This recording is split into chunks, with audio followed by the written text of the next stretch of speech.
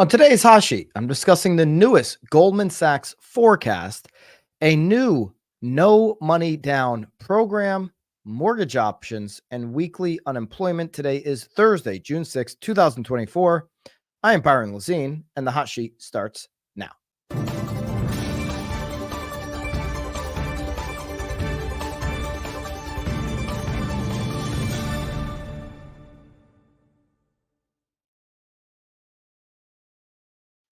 Welcome into the Hot Sheet. It is a big day.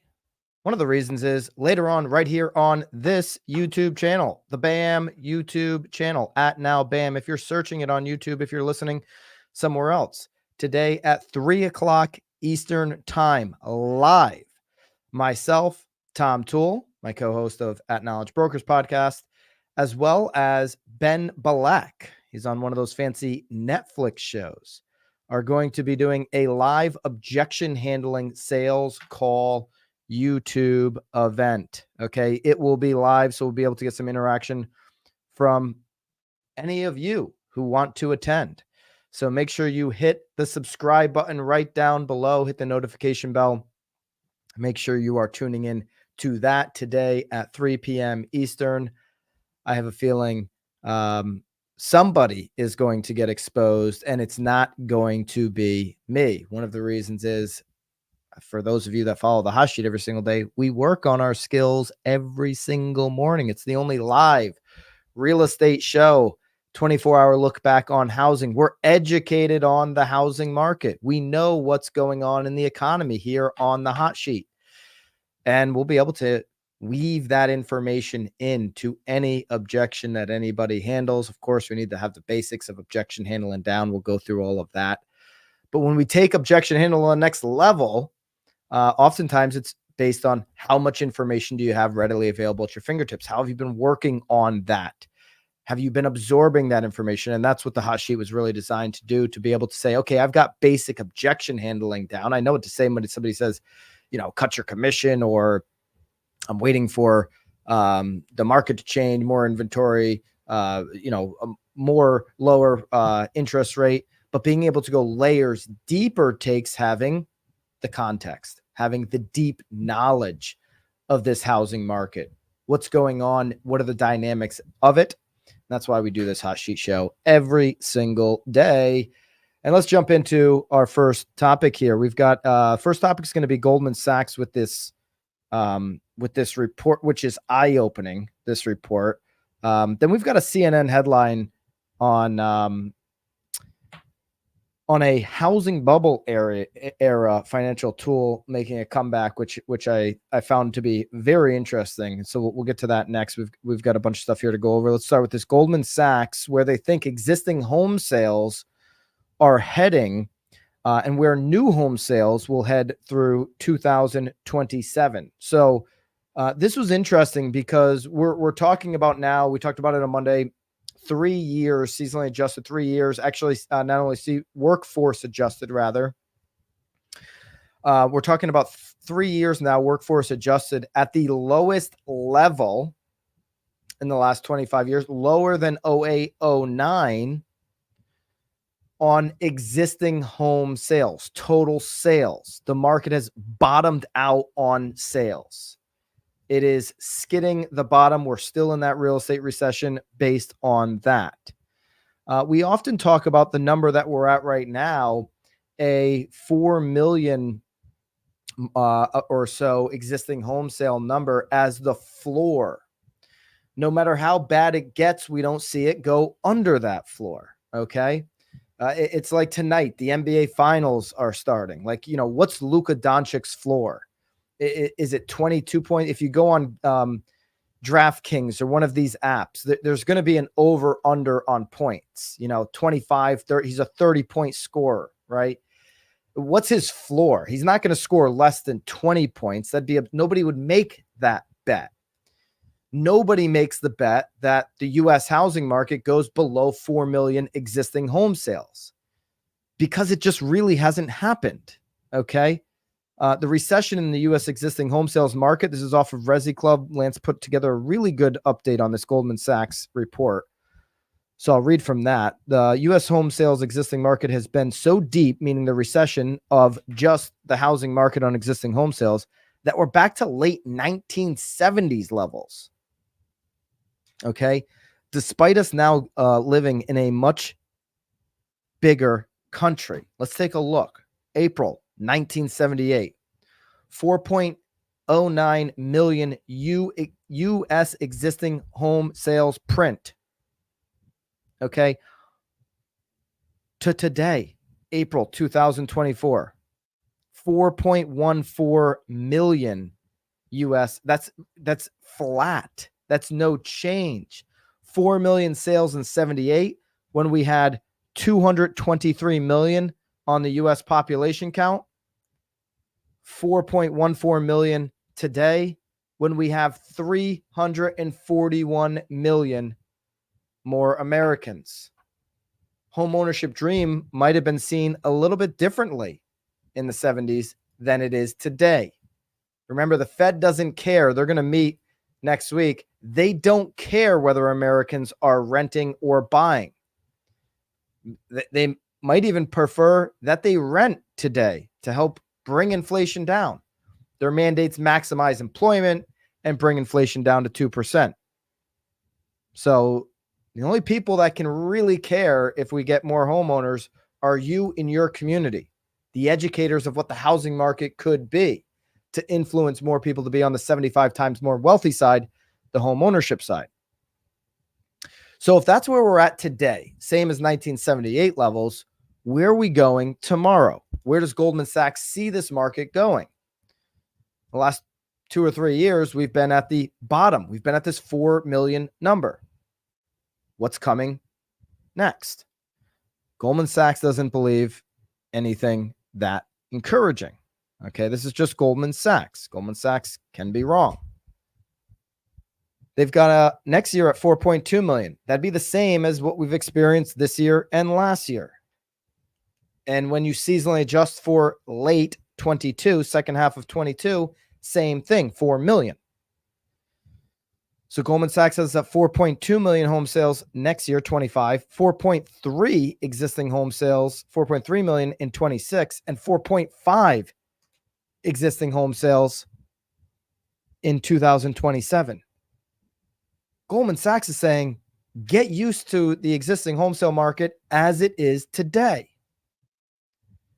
They've got to be a believer in that sense that rates aren't really going to come down. We know that every time rates come down, we see a pop. We see a surge for that moment in time. If they get close to 6 for 30 days, we see a little pop. We see a little surge. Okay. But right now their projection is that it's not really going to improve all that much moving forward. Existing home sales. I don't see the name here. This Kaylin says rates going down in December. I hope that's true, Kaylin. We just covered, and you can go back and re-listen. We just covered the recent projections that show the 30-year fixed doesn't come out of the high 6s at any point in the next year and a half. That's Fannie Mae's new updated forecast. I want it to be true, but there were so many that were making the claim that we're going to be in the 5% this year on January 1. And we're still sitting over 7. I was never one of those. You can go back and listen on the hot sheet. I'd love for the rates to come down. The reality is what supports that claim. Just because we believe the Fed will make 1 or 2 or maybe 3 cuts by the end of the year, there's no belief that they're going to do that next week. And it remains to be seen how inflation reacts, right? Heading forward now, Goldman Sachs expects existing home sales will slowly drift up, 4.5 in 2007. I don't consider that much of a bump. I mean, it's 400,000 homes. It is 800,000 sides. If you're thinking it from that perspective. Not only that's now look at how far that is off of the 2021 peak of 6.1. I mean, look at those of us that remember 05 and 06, think about that, 7.1 and 6.5. So when people say, oh my gosh, we just left the best market of all, COVID was not the best market of all time for people that are in the housing market agent, That 05-06 was a silly market. But look how long it did take. Totally different situations, the great financial crisis and then the inflationary times that we're living through now. But it did take, I mean, 08 all the way to 13 before we got back into the 5 million mark. And then you had a little drop in 14. It took a long time. I don't anticipate it would take that long to get out of the 4 million marks on existing home sales, but it took a long time. Different situation. How about new home sales? New home sales, they have increasing. This is one of the arguments here for why you could say existing home sales would stay down. Okay, that they would be subdued. New home sales, they've got 768,000, 776,000 in 26, and 810 in 2007. Those would be the largest numbers outside of 2020 and 2021 of the last 15 plus years. You'd have to go back to 2007, 2006, and 5 certainly to see anything like it. Okay, so those would be big numbers if that were to be the case. We'll see if the U.S. consumer, the buyer, can afford those prices. Okay. Here's the rest of their outlook. This will be available for everybody inside of BAMX. BAMX members, you get access to all of these charts. You can download those easily for your use in your CRM. Just use code HOT to get into BAMX today if you're not already. Housing starts. We've got housing starts trending down, which makes sense to me for the rest of this year. You have housing starts in the years moving forward, according to Goldman Sachs, going up in 25, going up in 26, going up in 27. Depending on what the existing home sale inventory does, not sure if that'll be the case. Again, new home sales, existing home sales, we covered that. Case-Shiller home prices, we know consistently. Case-Shiller believes home prices are going to go up 3.8% the rest of the year, 4.4% next year, 4.9% in 26, 4.9% in 27. Inflation, core CPI, they have this year at 3.5, next year at 2.7, 26 at 2.3, 27 at 2.3. So according to Goldman Sachs, CPI doesn't get to the 2% target anytime between now and 2007. Core PCE, which is the Fed's favorite target, they have at 2% by 2026, 2.1 in 25. I would call that close enough, Jerome. Rest of this year, 2.8. Unemployment rate, they have remaining low. Interesting. 3.8 this year, 3.7, 3.6, 3.6 in the years following. And you can read more on that on Goldman Sachs view if you're interested in that. Okay. Going to CNN. These are the type of headlines that are interesting because I think people are going to read these, and when they see, they're going to focus on this one word. A shady financial tool from the housing bubble era is making a comeback. And especially if you're like me, you're a little dyslexic. You're going to say housing bubble era making a comeback. You're not even going to read the first part. You're going to think we're entering 2008 territory again. These are the headlines that, as real estate professionals, we have to dispel. CNN is referring to zero down, lots on the line. Okay. Here's what they say. Let's briefly get into how it works. Then we could talk about why it's a huge red flag for anyone with a passing understanding of 2008 financial crisis. Actually, if you have a CNN, if you have a passing understanding of the 2008 financial crisis, you know what's going on today in mortgages and financially is absolutely nothing like 2008. Okay. We've gone through so many charts on the past in the hot sheet on why that isn't even close to a comparison. So you want to buy a home, you don't have enough savings. Under the deal peddled by United Wholesale Mortgage. This is CNN's language, not mine. You can bypass that initial cash payment. Instead, you borrow 3% of the home's value as an interest-free loan, pay for 90%, 7% with a standard mortgage. Here's the catch: that $15,000 won't accrue interest, but you need to be paid back in full at once when you sell. Listen, 0% exists for those who can qualify, whether that's VA or one of the situations like this. What was going on in 2006, 7, and trust me, I was right in the middle of it, was ninja loans. No income, no job, none of that was necessary. I literally had a buddy I went to high school with who was a lender. I'd call him up and I'd say, I need a new loan. I'm buying another house. Cool. I'll make that happen for you. Okay. We had conversations over the phone. We didn't do what we do today. Everything changed in 2012. It's why it's very difficult for anyone to get approved.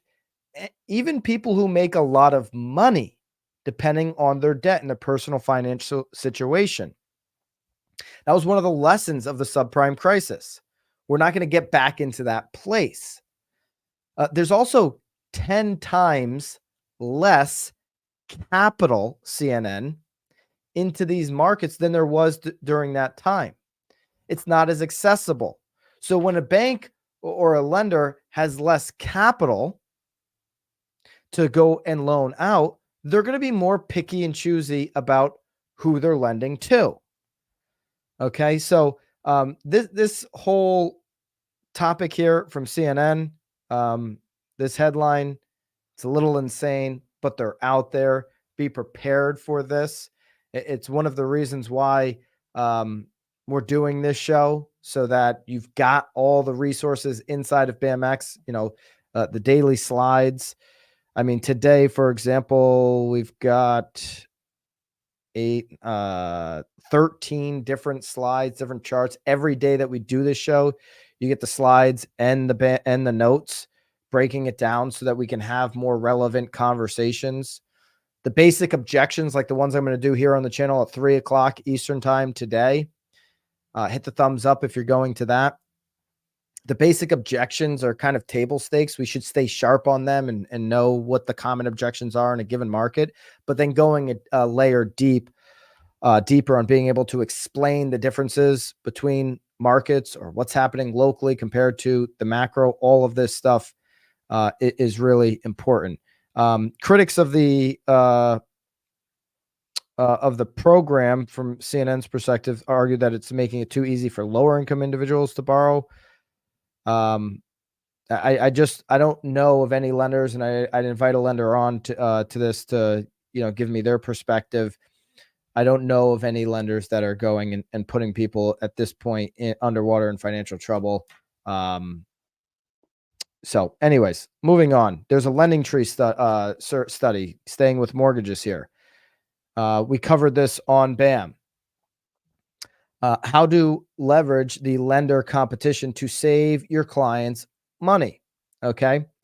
There's 54, according to Lending Tree, 54% of American home buyers only get one lender offer. I talked about it on last week's Knowledge Brokers podcast a little bit with Tom Toole. I'm a proponent that agents have something to do with that, unfortunately.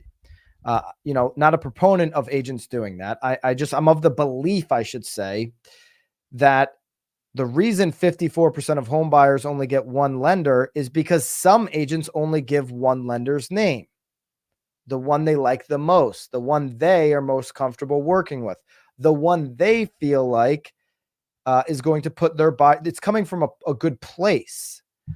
I know this person, they're local, and they're going to put this buyer in the best position possible.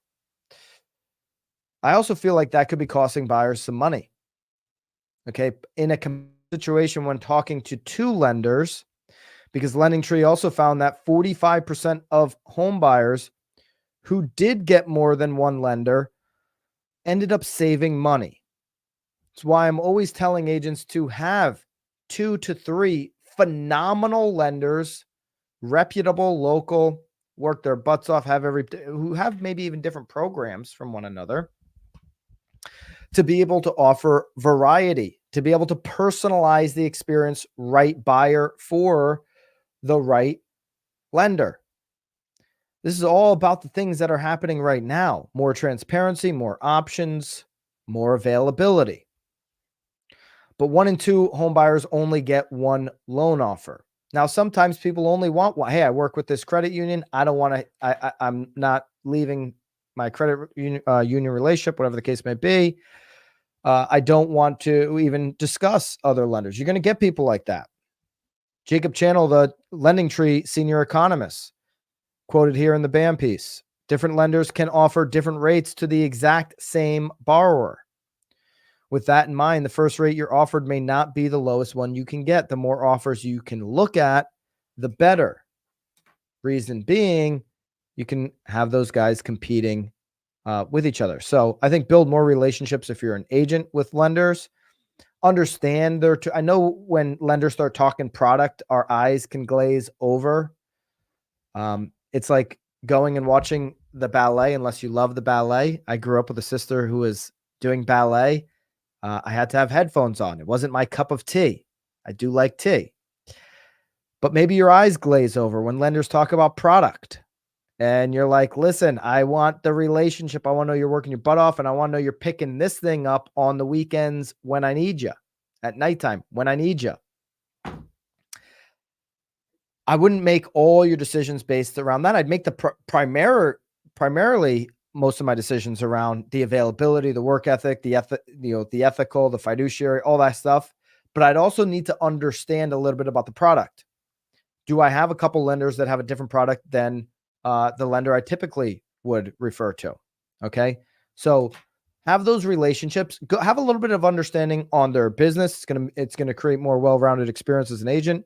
Present your clients with multiple offers most of the time, because most of the time it's going to make sense. And then be able to educate your buyers on those loan options before they have to go and sit down. Okay. So just having that consumer mindset first is really important. Here's what Lending Tree found. When you most recently applied for a mortgage, how many offers did you get? Again, 1 out of 2 didn't get more than one. 2 lenders, 22%. 3 lenders, 14%. 4 lenders, 2%. 5 lenders, 1%. That might be a little excessive. And 8% couldn't remember the exact amount. Anybody in those bars less than the 54%, Lending Tree found got a better deal. We're able to save more money. And so when you're faced with the objection, speaking of objections, 3:00 Eastern today, right here on the channel, YouTube ejection. Phoebe says she always recommends 3 lenders. So sometimes you're going to get pushback on, lenders. And one of the ways you could change perspective from somebody who's giving you the objection, nope, I don't want to talk to any other lender. I've got my bank. I've got my whatever. Totally get that, Phoebe. How certain are you that you're not leaving money on the table? Would you be open-minded to at least looking at another option from somebody who saved my clients just like you more money in the past? Right? You could take it a step deeper. Lending Tree just reported that those who only look at one offer, like the one you're looking at from your bank, typically don't save as much money as the other 46% who do. Kaylin says buyers are probably going to always try to expedite the process and stick with one lender. And that's going to be one of those objections, right? Timing. But Kaylin, how would you feel if you didn't take the extra 24 hours and found out that you left thousands on the table? It could mean tens of thousands over the lifetime of the loan. How important is it for you to know for sure that you're saving all of that money, right? And so those are some of the ways you can help people understand the advantages to talking to your lender or multiple lenders, okay? Of the mortgage offers you received, who offered the lowest rate? 46% of the time, it was the first lender. But 54% of the time, it was another option that they looked at after that first time. On refinances, when you shopped around for your most recent refinance, did you find another lender who offered you a lower rate? 81% of the time on refinance, they find a lower rate. Okay. Why did you just seek one mortgage offer? So this is great. Like to Kaylin's point, some might be thinking time. 28% of people don't want to think that they're wrong. They were confident they got the best rate, even though they only looked at one opportunity. I would go back to that perspective changer objection handler. How certain are you if you only looked at one? Like, how certain can you be if you only looked at one? I wanted to use the lender with which my real estate agent had a relationship. 20% wanted to keep it. The cohesiveness was really important to them in terms of, and this is why I think as agents, like having two, like, hey, I work with both of these lenders all the time. So the communication is going to be the same. You can get them to sharpen their pencil against each other, get you the best deal. I think there's value to that. I rushed to get financing due to the competitive housing market, 14%. That's Kaylin's point, right? Like some people are just going to time, want to use bank or lender that I already worked with in the past, 13% already had that relationship. 7% didn't even know they could get another offer, right? Some people, 6% kind of falls into that same bucket, didn't know I get another offer. 6% didn't want to hurt their credit score, which both are very silly. Okay. 3% were relieved to even get an offer. like talking to a lender is like a special, it's like when a new real estate licensee enters the industry and is like, you wouldn't believe this. I met with brokerage X and they made me an offer. I couldn't believe the offer they made me. Yeah. Almost any brokerage, maybe not any team, but almost any brokerage is going to make you an offer, maybe outside of a few that do a little bit of due diligence ahead of time. They act like they got something special there. You're an independent contractor at 100%. Yes, you're able to hang your license somewhere. Did mortgage rates impact the time frame or your most recent home purchase? Yes, I bought a home earlier than I planned to, 35%. I bought a home later than I planned, 14%. 49% say rates didn't impact my time frame whatsoever because something else impacts their time frame. They're ready to buy, sell, whatever the case may be. All right, we've got a new update on initial claims here for unemployment. Okay, so unemployment initial claims was 229,000 for the week ending June 1st, 8,000 from the previous week's revised level. You can see here that this is initial levels of starting to maybe tick up a little bit. That's where we got for the week. We're going to get the month tomorrow. We have big job data coming out tomorrow on Friday that is going to play a key role in what happens next week when the FOMC meets. Okay. Right now, there's a belief that this labor market is going to continue to soften and that's going to be emphasized tomorrow. Okay. That would breathe life into the case that rates are going to come down. That would breathe life into that. We don't know that to be sure, but that would certainly make the point. If the labor market breaks, that's when the Fed will start potentially cutting rates. The 10-year has been reacting to this, like leading up to it. It's been dropping down here. Look at the last 5 days. We're on a downward trend. We're now down below 4.3 at 4.299. The 30 years continued to move down. Oh, my apologies there. 30 years continued to move down all week. Coming off of the peak last week at 7.34, now down yesterday to 7.03. So we got great news there. All right, hope to see you later on today right here on the YouTube channel. Go ahead, hit that subscribe if you've yet to do so before. 3 o'clock Eastern, we'll be doing the objection handling sales call really a YouTube event training. We'll get some feedback from you guys. We've got a whole bunch of objections that we're going to go through. Myself, Tom Toole, Ben Balak. 3 o'clock Eastern right here on the YouTube channel. Don't miss that. Can't wait to share that with all of you. Until then, of course, have a great day and toodaloo.